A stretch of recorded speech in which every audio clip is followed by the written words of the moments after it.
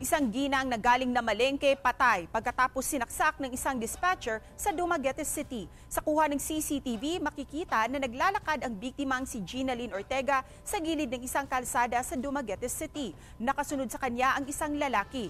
Habang naglalakad, bigla na lang sinaksak sa likuran ang biktima na nakapaglakad pa ng ilang hakbang bago siya natumba.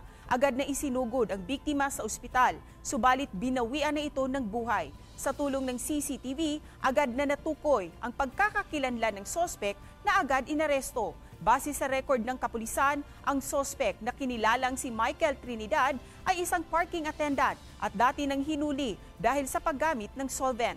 Nasangkot na raw ito sa kasong pagnanakaw at pananaksak.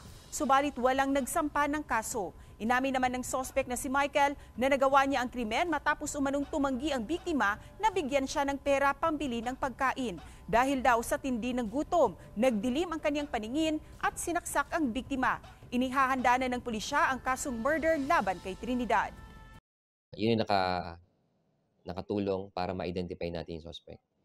And through that CCTV, we were able to coordinate, locate itong suspect. Yeah.